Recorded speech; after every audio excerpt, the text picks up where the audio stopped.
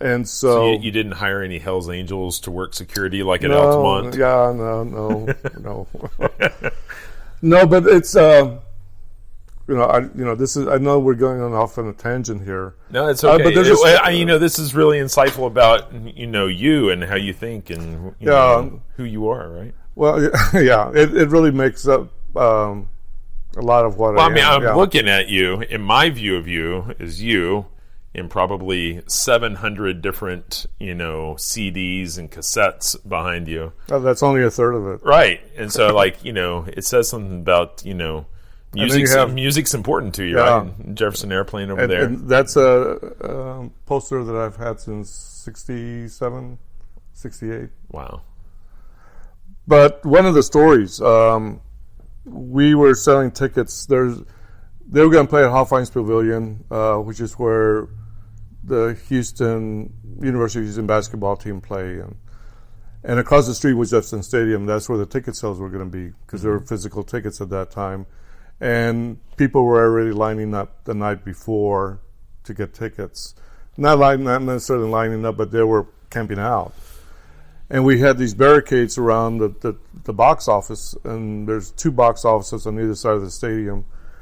And the promoter, B.F.A, had his crew of, I refer to them as mountain men. They're like linebackers from football team. They probably worked for the Denver Broncos, for all I know. But there were these huge guys. But anyway, they were there to kind of help us just in case. And we were all given T-shirts with says Rolling Stones with a tongue logo, which was the first time they were doing that.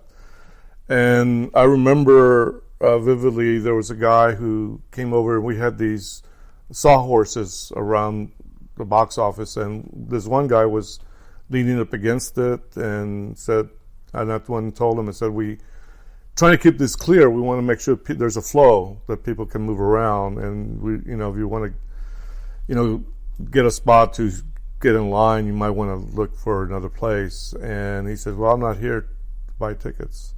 So I'm here to cause trouble. Oh, and I thought, this guys must be kidding. And so I said, you really need to back away. And he says, I'm not going to. So I went to one of the, I refer to them as mountain men. And I told him what was going on. And he came over and asked him, we want you to move away. And the guy said no. And so the guy picked him up, the mountain man just picked him up, threw him maybe 10, 12 feet. And the guy came up, stood up from the ground after it got thrown, and he pulled a knife. And another guy got in front of me. I don't know, it was a big guy, and I don't remember if it was one of B.F.A.'s people. The next thing I knew, he turned around and he got sliced across the stomach. Holy cow. And so the police, the University of Houston police came, and I knew a lot of those cops because they were pretty cool. I mean, unlike a lot of city cops, they have to take a psychological test because they're working with students, and we worked with a lot of those people because of concerts. And but this one guy came, one of the cops came and they shot, whether it was a good thing or not, they shot mace into this assailant. And as a result, he started just swinging kind of wildly, and he couldn't see. And the cop took his shirt off and wrapped it around his arm and started kind of like coming closer and closer to him. And then after several minutes, they finally wrestled him down and arrested him and took him away. But as a result of that, at the concert, they ended up hiring more cops. And there weren't enough university cops, so they hired city cops. And so they had an abundance of cops. And because there was an abundance of nothing going on, they started making bus for people who were smoking pot because it was just, everybody wanted to smoke at a Stones concert and get stoned. They wanted to get stoned at the Stones concert. And there was two shows. There was an afternoon show and an evening show. And actually, the concert is documented in film called Ladies and Gentlemen, the Rolling Stones. And half of that concert is at Hofheinz Pavilion, and the other half was up here at the Convention Center in Fort Worth. So it's a combination of those two concerts. So that was eventful. But one of the last concerts I worked on as a stagehand, not the last concert, but one of the last concerts was the Stones at Cotton Bowl in 1975, and they were the Eagles and Montrose were the opening acts. Wow. And one of the things I actually liked about that concert, and also we worked at Crosby, Stills, Nash and Young concert at Jefferson Stadium in Houston. And one of those things about those outdoor concerts and big concerts is that everybody gets fed at the same tables, the same food. So we end up, at the Stones concert, that was the one where Ron Wood and Keith Richards got busted in Arkansas on their way in from, I think, Tennessee into Dallas. And anyway, I always remember I got a plate of food, and I sat down, and then a couple of friends of mine sat down across from me. They were like picnic benches. Right. And then Charlie Watts and Keith Richards sits just a couple of people over, and they're just kind of hanging out. And you just don't know, you just kind of get tongue-tied because, these are people that I grew up listening to and loved their music. Yeah, you figure there's really nothing intelligent that you're going to be able to say. Yeah, especially at my age at that time, which is like I was... at 75, I was like 23, so... Right. So, what did you study at Houston? What did I study? U of H, yeah. I was actually going to go into... I was telling my students commercial art, which now they call graphics later, now they call it visual communication.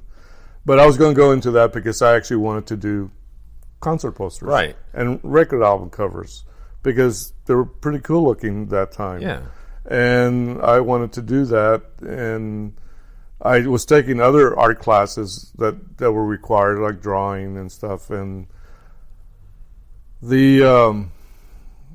I realized that I think I took a drawing class from an instructor, Richard Stout, and then he was a difficult instructor, and I realized I'm not going to take another art class, a regular art class for a while. So, but I continued taking graphics classes, and I was taking other required courses, and so that's what I was going to do. And then in '74, the summer of '74, I applied for a job at Pennzoil, and they were starting an in-house art department. And by that time, I was doing concert posters on my own with Program Council, and then I started doing some for other promoters. And I took my portfolio of concert posters and anything to do with music that I've done, like ads and so on, and they wanted to hire me. And at that time, they said, they would pay me $15,000. And this is 1974. And I remember one of the instructors here at UTA who came on in '78, and that was what he was getting paid for. That was his salary for the year. The funny thing about it was $15,000 was also my budget for booking concerts in '72. And so, and I said, well, they wanted to hire me full time. And I said, well, I have another year to graduate before I graduate, and I like to finish. And they said that,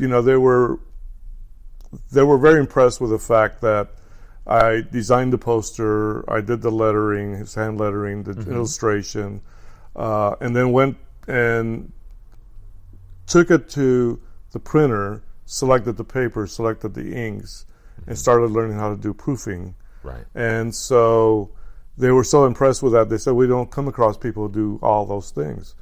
And so that was what kind of sold them. And I said, but I'd like to graduate. I'm the first one in my family to go to college and like to, finish. They said, fine, we'll keep the job open for you. But the last year at the University of Houston, I had electives that I had to fulfill. So for the first time ever, I took painting. And then I also took watercolor, advanced drawing, lithography, and then short story writing. So if you were doing those posters without having like a fine arts education at that point, was it mostly lettering that you're doing? No, I was doing illustrations. Sometimes I do cutouts, collage stuff on it, and I worked in various manners to get the image. And sometimes I just some of it was drawn. The lettering, I did a lot of hand lettering at the time, but that was even before somebody told me, said, well, you ever hear of letroset? Which is like press-on lettering. Yeah. And that's what graphic artists used at that time because Right. there was no computer. So I said, no. So I started using some of that for the more mundane kind of imagery. But before I was drawing everything.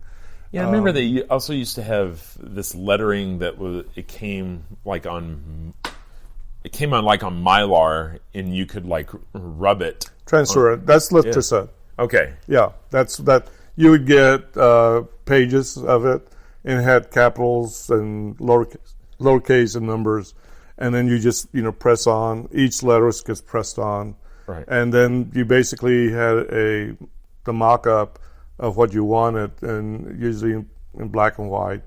And then if you had color, you had to do a second. You had to register it, right, and all that. So that was the other thing that in the technical aspects I learned how to do that. Yeah. So some of those things I didn't learn in my graphics class at all. So right. it was on the job training. Yeah. But you get sucked into the art school. The last year, all of a sudden, school was fun. I had never been a big fan of school. Right. And being on program council entertainment committee, doing that, working concerts, doing concert posters. And working concerts and as a stagehand and doing concert posters actually paid my way through school. Mm-hmm. But I enjoyed that part of it, but I wasn't enjoying the academic side, and I really never enjoyed it. And then all of a sudden, I was having a good time, and I thought after I graduated, maybe I should take another year to see if this was something that I really enjoyed, or just a fluke, or what. And so I took another year, and one of my professors, Gail Stack, suggested that I go to graduate school. And so I applied and didn't get a lot of entries because my grades were not very good before, and then they started kind of coming up. But I ended up going to New Mexico State University because they offered me on the first year a teaching assistantship, and they never offered on the first year. They usually would offer these teaching assistantships to second-year graduate students. Yeah, that makes it a lot more affordable. Yeah, right? Yeah, it's because you pay in-state tuition, and the assistantship comes with money because you end up teaching. And that was the other thing. I was not, when they said teaching assistantship, I thought that would be assisting the teacher. Well, I was doing the teaching, and I was asked to teach a painting class and a drawing class. And you have to think that my real education was the previous 2 years. I was at U of H, and all of a sudden I'm thrust into this position of teaching. So I had to rely on things that I was taught. Just recently, to come up with course goals and outcomes, and so it was again another learning curve. Right. So, have you been teaching ever since? No. After graduate school, I moved to San Francisco. Mm-hmm. Part of it was San Francisco. I saw it. So I wanted to. Well, that was where the music scene was happening in the late '60s, and my father. So where are we now? We're like 76, 77? Yeah, 70. Well, 76 is when I went to graduate school, and I graduated in 78. And I told myself I'm halfway there. Right. So I moved to San Francisco, and there was a backstory was when we were in Corpus, I remember my father saying, I'm thinking of moving to either Houston or San Francisco. Right. And we moved to Houston, obviously, and I thought, well, I missed the music scene. It's all that was happening. Houston was starting to get some, but it was not like the scene like that the coast was. So years later, like maybe 10 years ago, he asked me, why did you move to San Francisco? I never understood why you moved. Mm-hmm. And I told him the story. Yeah. And he said, I never said San Francisco. I said San Antonio.